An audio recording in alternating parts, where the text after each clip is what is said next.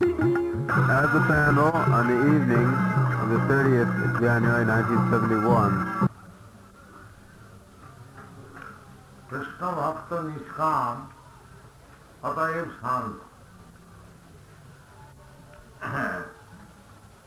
इसको पहले चैतन्य महाप्रभु की शिक्षा रूप गोस्वामी ये प्रयाग क्षेत्र में आज से 450 वर्ष पहले चैतन्य महाप्रभु जब वृंदावन से लौट रहे थे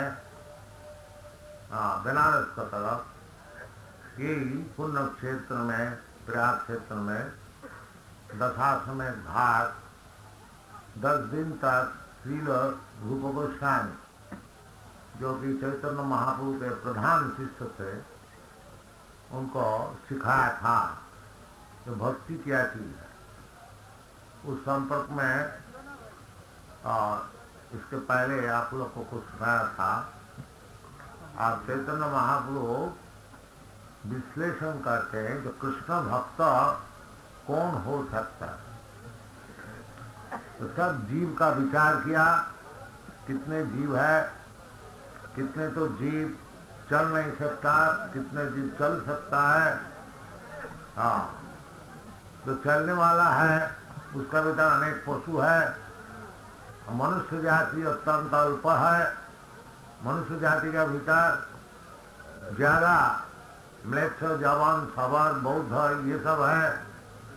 उसके विचार वेद निष्ठा, वेद को मानने वाला वो कम है, और वेद को जो मानने वाला है वो भी अनेक वेद केवल मुंह जबानी मानते हैं और वेद का अनुसार कुछ कार्य नहीं करते हैं। वेद का निषिद्ध जो पाप कार्य है उसको ही ज्यादा करते हैं।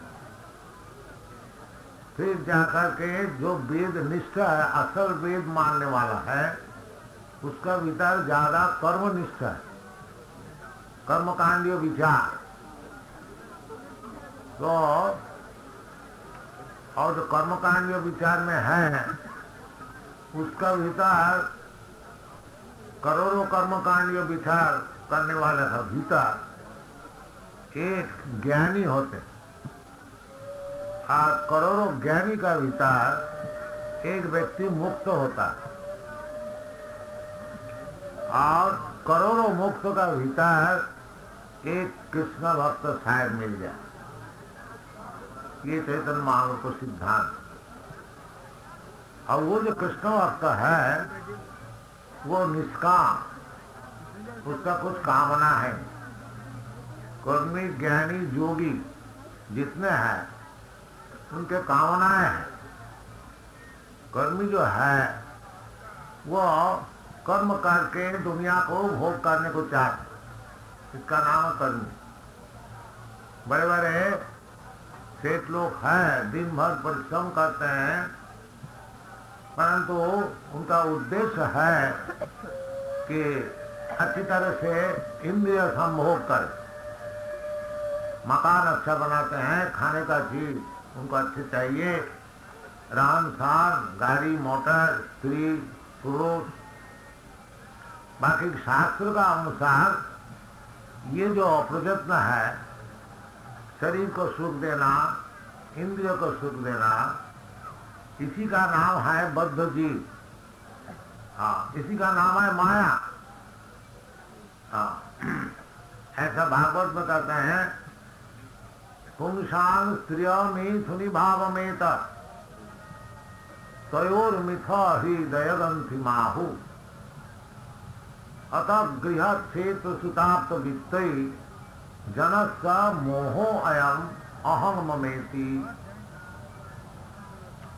ये जो कर्मी लोग का काम है, साधारण व्यक्ति जो है सारा दुनिया में, केवल मनुष्य समाज में नहीं, पशु समाज में, पशु पक्षी कीट पतंगा जो है, इसमें दो चीज है, स्त्री और पुरुष। तो स्त्री की आसक्ति पुरुष में और पुरुष का आसक्ति स्त्री में, यही आसक्ति संसार बंधन का कारण है। पुंसांग स्त्रिय मिथुनी भाव में, वो जो स्त्री पुरुष का मिथुन भाव है वही भौतिक जगत में केंद्र है।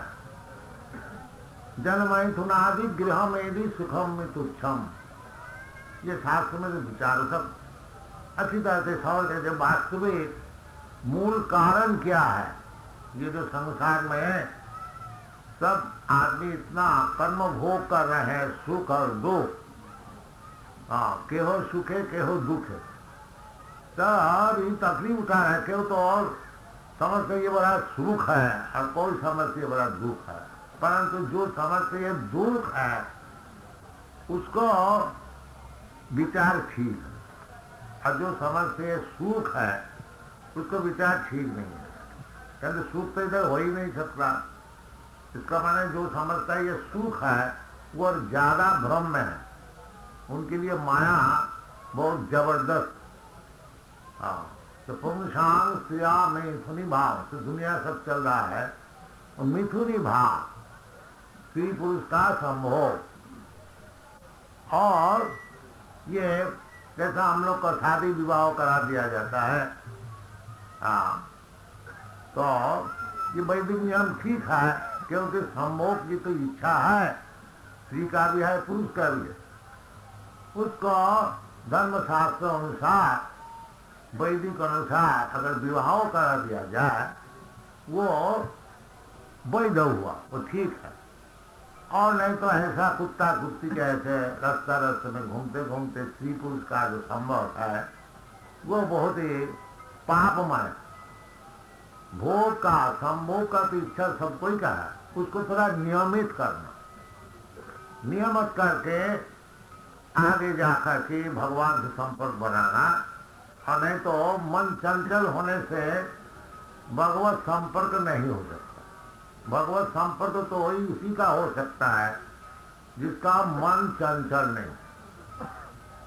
योग प्रक्रिया जो है, मन को किस तरह से स्थिर करनी है उसके पद्धति योग। योगा इंद्रिय संयम, योग का अर्थ होता है इंद्रिय को संयम करना, ये असल योग है।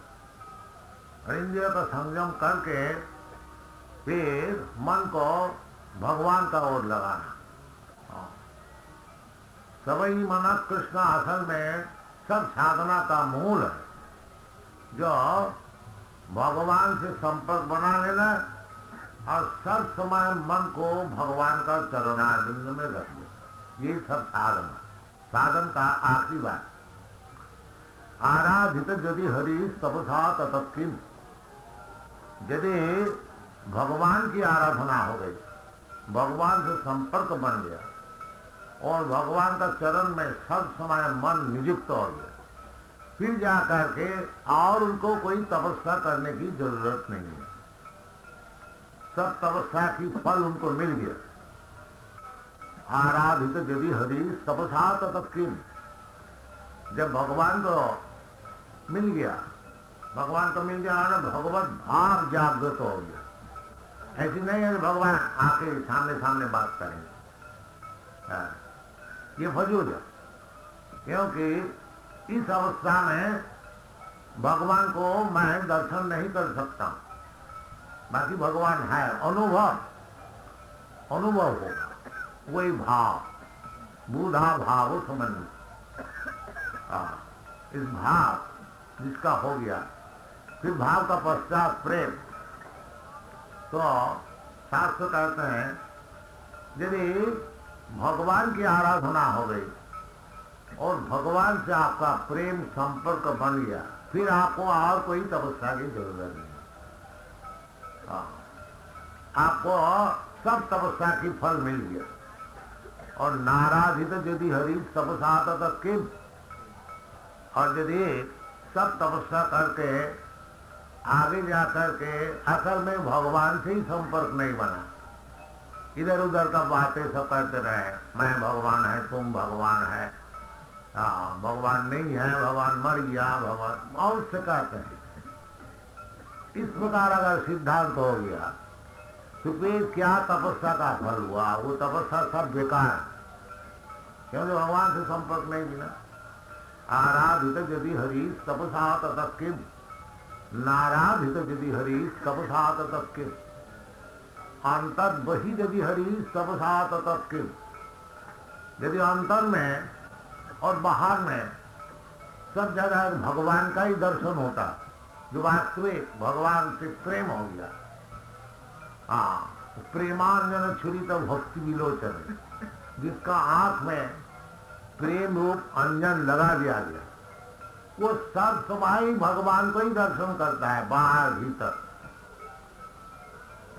प्रेमांजन छुरित भक्ति विलोचने न संत सदैव हृदयेषु विलोकय। यंग वो भगवान कौन है? यंग श्याम सुंदरम अचिंत गुणस्वरूपम। वो भगवान श्याम सुंदर है, द्विभुज मुरलीधर श्याम कृष्ण। जन श्याम सुंदरम अचिंत गुणस्वरूपम गोविंदमान पुरुषम तमाम भुजा। ये ब्रह्म संज्ञा की संहिता की वचन।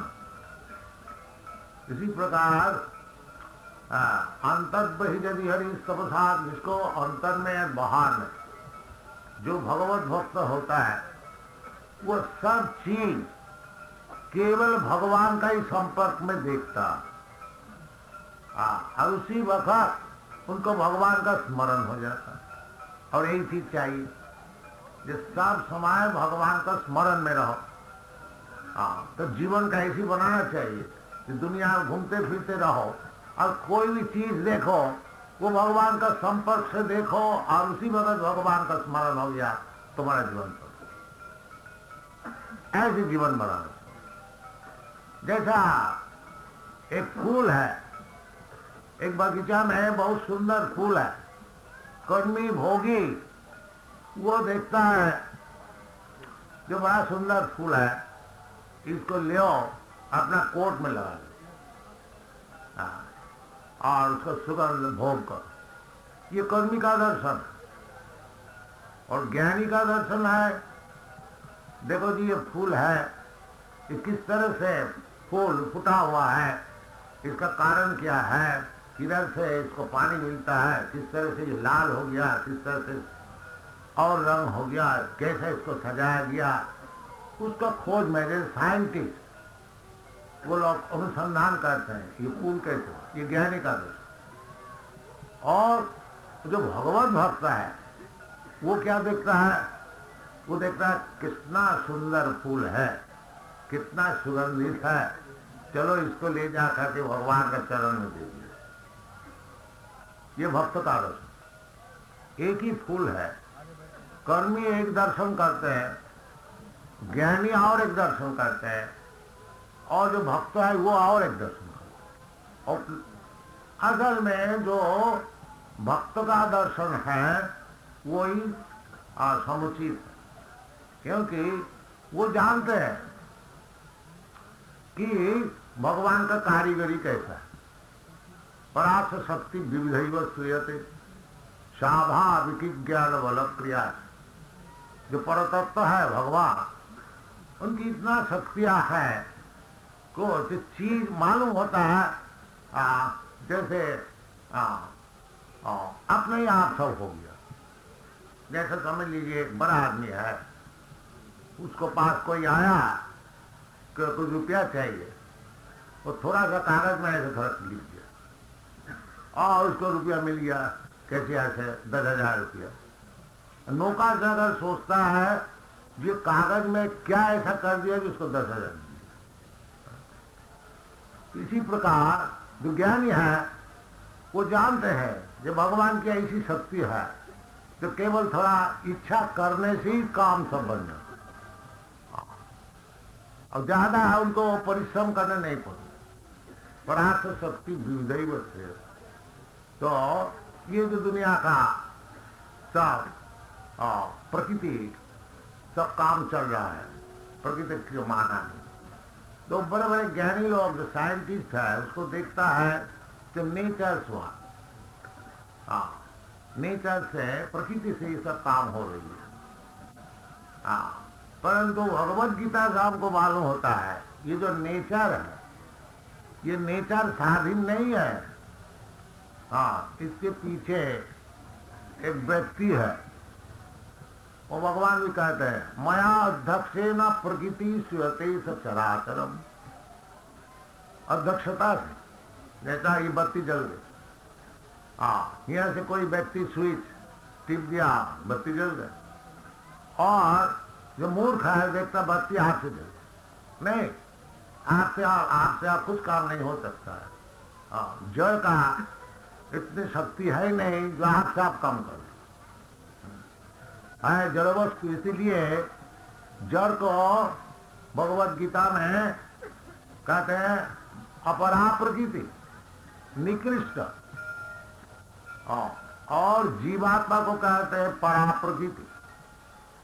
जैसे ये दुनिया जो है, ये इलाहाबाद शहर जो है, इसमें अगर कोई जीव नहीं रहता तो जो कुछ कार्यक्रम चलता है ये सब ऐसी मट्टी के मट्टी रहेगा।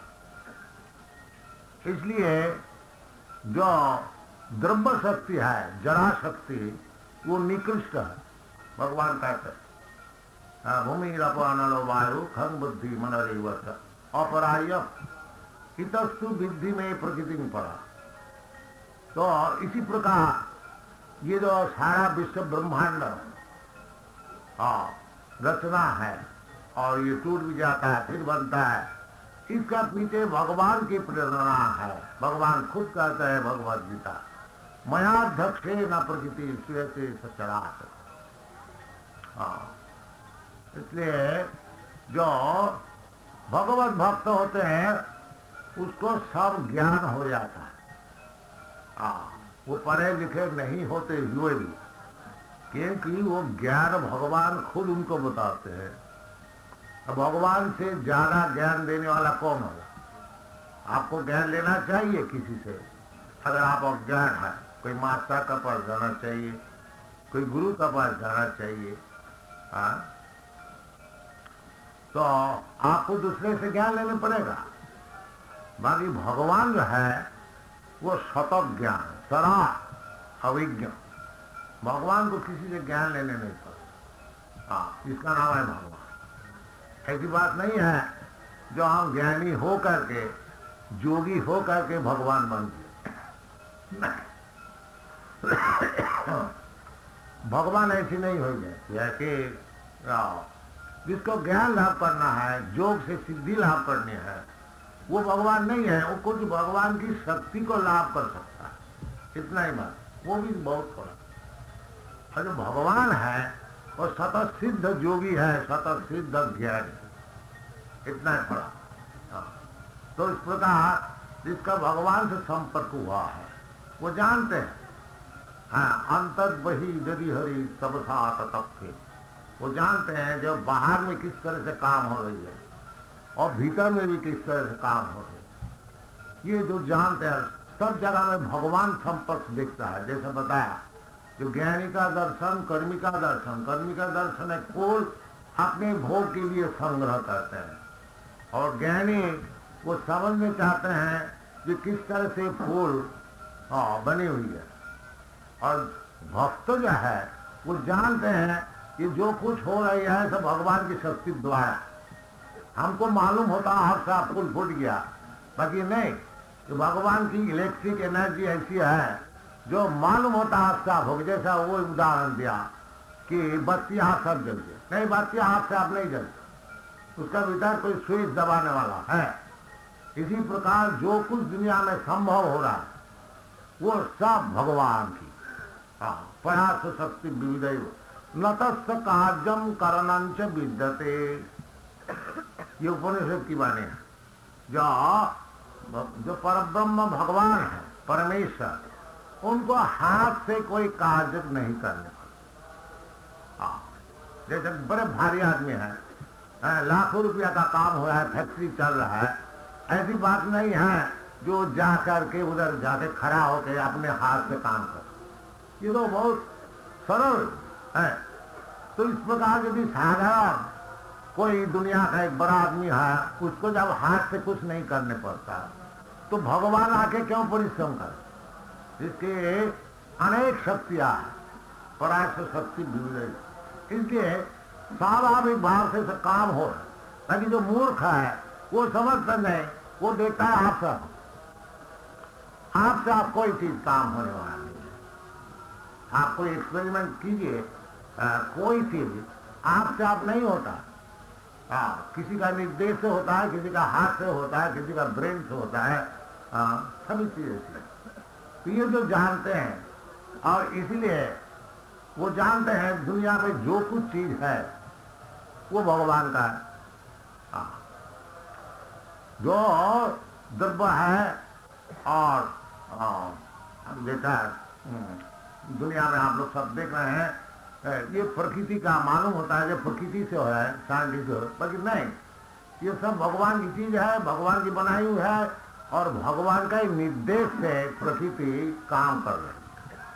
जैसे ब्रह्म संहिता में बताते हैं, सृष्टि स्थिति प्रलय साधन शक्ति रेखा। सृष्टि स्थिति प्रलय साधन करने के लिए भगवान की एक बड़े भारी शक्ति है। वो शक्ति क्या है?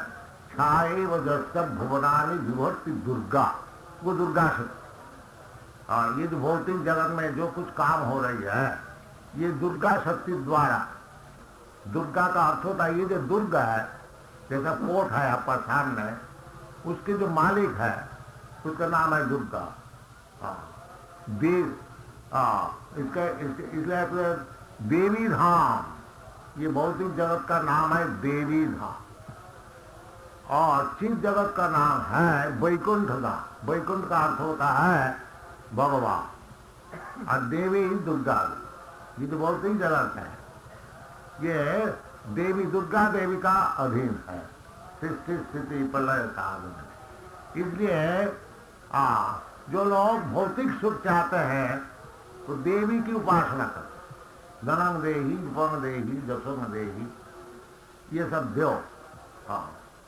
परंतु ये कर्मी का बात है। और ज्ञानी जो है वो देख लेता है, बहुत कुछ देवी से ले लिया, बाकी सुख नहीं मिला। असल में देवी वो त्रिशूल ही हमारे छाती में रख दिया। आप लोग तस्वीर देखे हैं, जो असुर जो है वो भी देवी प्रसव किया, बाकी उसको शासन है, उसके लिए शासन है। इस प्रकार जो हम लोग दुर्गा देवी को माँ कहते हैं, क्योंकि भौतिक जगत में जो हमारा शरीर है वो माँ से जैसा शरीर मिलता है, वो देवी से आपको शरीर मिला। परंतु जो देवी यानी शाक्त अवस्था से और आगे जाते हैं, वो आखिरी अवस्था जो है उसका अवस्था का नाम वैष्णव। ये सब विचार है। तो इसलिए चैतन्य महाप्रभु अनेक विचार करके ये स्थापन किया कि कोटि मुक्त मध्य दुर्लभ कृष्ण भक्त। अनेक करोड़ों जो मुक्त हो गए। मुक्त और मुक्त माने दो प्रकार के होते हैं। एक तो झूठ मूठ अपने को समझते हैं कि मैं मुक्त हूं,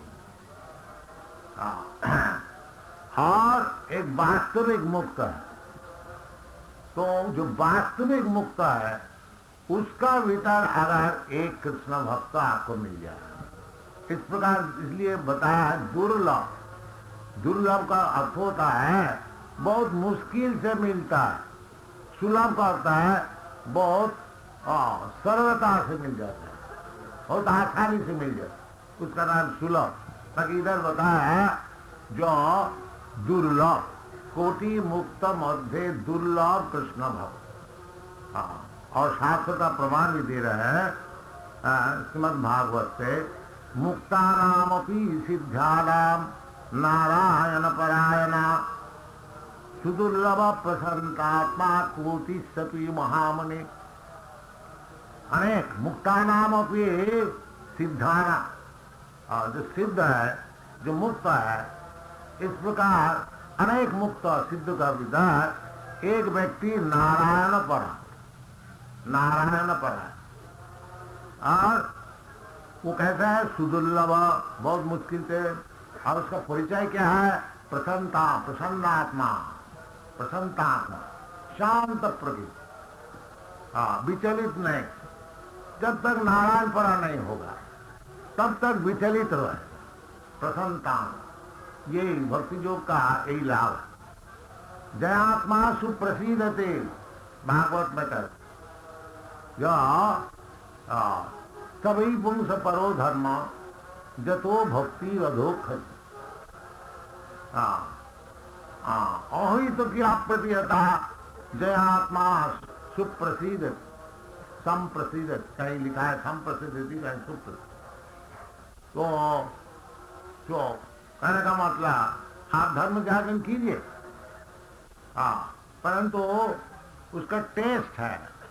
यदि वो धर्म जागरण करते, आप हिंदू होइए, मुसलमान होइए, क्रिश्चियन होइए, ये कोई बात नहीं है। जिसका जैसा आपको अच्छे लगे उस धर्म को ग्रहण कीजिए, धर्म को जागरण कीजिए, परंतु आप जो धर्म में है उसमें सफल हुआ, उसका जो टेस्ट है, जतो भक्ति रधक कर, यदि भगवत भक्ति हुई है। और किस प्रकार भगवत भक्ति? अहित की, कोई कारण नहीं, कारण नहीं है और प्रतिबंध भी नहीं। ऐसी बात नहीं है जो मैं गरीब है मैं कैसे भगवत भक्ति करूंगा, कि मैं मूर्ख है और मैं म्लेच्छ है, मैं और कुछ है, बहुत कुछ है, आदमी कह सकते हो। नहीं, भौतिक कारण द्वारा भगवत भक्ति रुक नहीं सकता।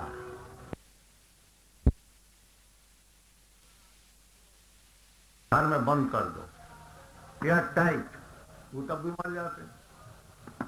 तो जैसे इसलिए आत्मा का और एक नाम है सर्वगा, सब जगह जा सकते सर्व, और उसको भौतिक चित्त कण होने का कारण, तो कोई चीज भौतिक चीज उसको रोक नहीं सकता, उसको कार्य को केवल चित्त कार्य में नियुक्त होना चाहिए, फिर भगवान का पास पहुंचना कोई मुश्किल नहीं है।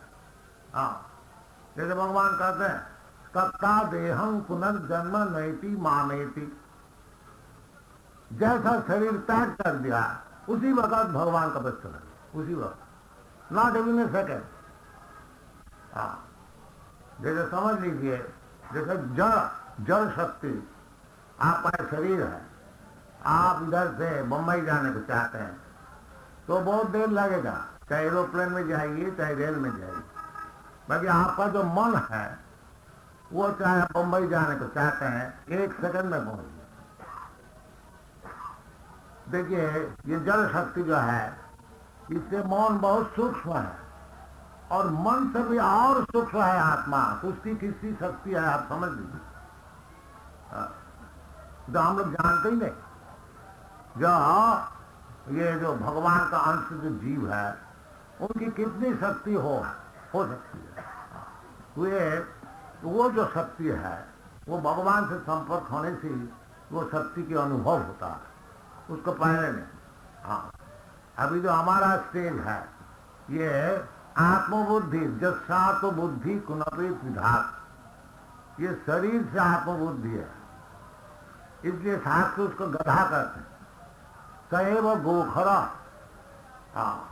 सब शास्त्र में सब विचार है, कहते हैं जो सात बुद्धि कुनपित धातु के, ये जो थैली है, ये कहा कि थैली है 3 धातु, कफ पित्त वायु से थैली बनी है। त्रिधातु के, त्रिधातु का जो थैली है, इसमें जिसका आत्मबुद्धि है, जो सात बुद्धि कुनपित धातु सभी कलत्रादिशु, और ये शरीर से जिसका संपर्क है, जैसे हमारे शरीर से स्त्री से संपर्क है और स्त्री से बच्चे से पैदा हो उससे संपर्क है, ये हमारे शरीर से पिताजी से संपर्क है, और पिताजी से शरीर से हमारा भाई बहन सा उससे संपर्क है। ये सब जो समझते हैं यही हमारा आत्मीय है, ये हमको सब रक्षा करेंगे। वो भी शास्त्र में कहते हैं सैव गोखर, ये सब गौ गधा है। जब मरने का समय होगा ये शरीर का संपर्क में से जो कुछ है ये कुछ हमको काम नहीं देगा, हमारा देश काम नहीं देगा, हमारा बैंक बैलेंस है वो भी काम नहीं देगा, हमारा स्त्री भी नहीं, हमारा पुत्र भी नहीं, हमारा सजन भी नहीं, हमारा बंधु भी नहीं, हमारा देश का आदमी कोई नहीं। जैसा जब आप आकाश में पक्षी उड़ता है, वो सब एक साथ में उड़ता है, बाकी अपनी शक्ति से उड़ना चाहिए। अगर विपद हो तो कोई जो साथ साथ में उड़ने वाला है कोई सहाय नहीं कर सकता। इसलिए इसका नाम है आत्मलब्धि। वो एकमात्र भगवान ही सहाय कर सकते हैं। इसलिए शास्त्र भगवान खुद कहते हैं सुहृदं सर्वभूतानाम, मैं सबका सुहृद। ये जो समझता है पहले से कि भाई हमारा ये देहापत्र कलत्रादिशु, आत्मसन्नेशु, ये हम समझते हैं दुनिया में लड़ाई कर रहे हैं और ये हमारा सब सैन्य है, हमारा देश का आदमी है, हमारा जात, हमारा कम्युनिटी और हमारा ये वो बहुत कुछ हम लोग, ये हमारा सब सिपाही, ये हमको रक्षा कर ले। तो वो वास्तविक कोई रक्षा नहीं कर सकते। तेषांग निधनंग पश्चन नपी न पश्यति, सब समय मैं देख रहा हूं कि हमारा पिताजी रक्षा करने वाला था, वो कहाँ चला गया। फिर अभी पिताजी है नहीं, कौन हमको रक्षा कर रहा है। वास्तविक भगवान ही रक्षा करने वाला, कोई रक्षा करने वाला नहीं है। ये सब शास्त्र का विचार जो समझते हैं कि पिता माता बालक को रक्षा करते हैं, ये भूल। पिता माता रहते हुए भी बहुत बालक दुखी है, क्योंकि उसमें भगवान की कोई इच्छा ऐसी है। और कोई मरने वाला है, कोई मरीज है, रोग से भोग रहे हैं, और उसके पिताजी बहुत कि उसका हाथ में बहुत बड़े आदमी है, बड़े बड़े डॉक्टर ले रहे हैं, बड़े बड़े अच्छे अच्छे दवाई भी दे रहे हैं, फिर मर जाता क्यों? ये शास्त्र का विचार। नाव में जाने के लिए बड़े बड़े जहाज बनाया और क्यों डूब जाता है? तो इस प्रकार दुनिया में जो कुछ प्रतिविधि है, दुखालय मशासन है, तो दुनिया केवल दुख का आलय, बाकी हम लोग कुछ प्रतिविधि उसको बनाए कि इस तरह से हम लोग दुख से बच जाए। तो वो सब प्रतिविधि जो है तब तक काम कर सकता है जब तक भगवान की अनुमति है, नहीं तो नहीं। पिता माता जो है, यदि भगवान चाहते हैं कि ये जो बालक है इसको पिता माता द्वारा रक्षित हो, तभी हो सकता है, नहीं तो पिता माता रहते हुए भी ये बड़ा दुखी रहे। ये विचार है। तो चैतन्य महाप्रभु कहते हैं ये सब विचार जो करने वाला है, ऐसा जो भक्त है नारायण परा, केवल जानते हैं नारायण इसका मूल है। वासुदेव सर्वमिति, वासुदेव ही सब कुछ है, वो भक्त है।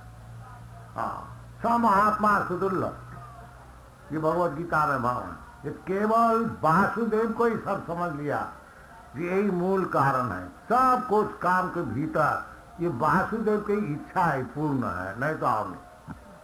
वो नारायण पर, इस प्रकार वासुदेव परायण और नारायण एक ही बात है। ये शास्त्र में भागवत में कहते हैं जो मुक्तानाम अपनी सिद्ध्यानाम नारायण परायण, सुदुर्लभ प्रसन्नात्मा कोटि सपी महान। ये महामणि ये अनेक करोड़ का भीतर इस प्रकार नारायण परा होते हैं। और नारायण परा होने से उसका वो जयात्मा सुप्रसिद्ध, जब नारायण परा हो जाए, शुद्ध भक्त नारायण को ऊपर से केवल नारायण का है और चरण में। इसलिए भगवान कहते हैं जो सर्वधर्मान परित्यज्य मामेकं शरणं व्रज। क्यों? वो भगवान, आप शरणागति करने से भगवान का कुछ उपकार हो जाएगा, ऐसी बात नहीं है।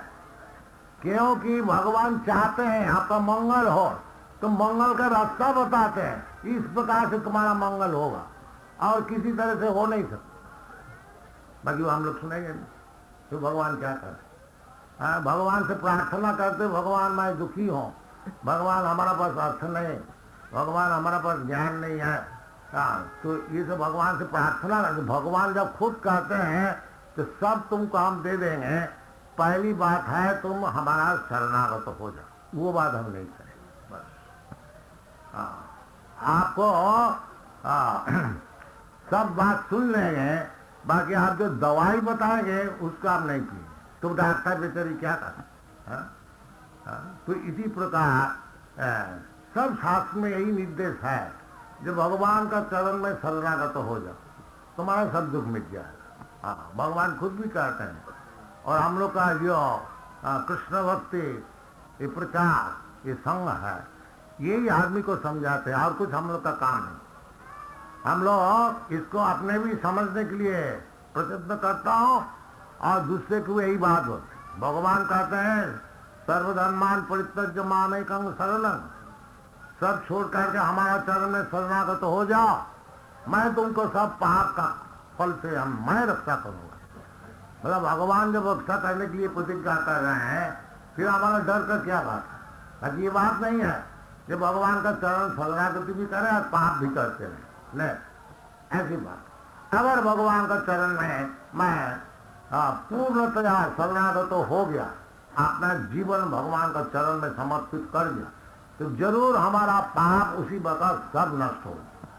और फिर हमको चाहिए और पाप नहीं करना, फिर भगवान हमको रक्षा करेंगे, कोई हमारा दुख नहीं है, सब सुखी सुख है। Thank you very much.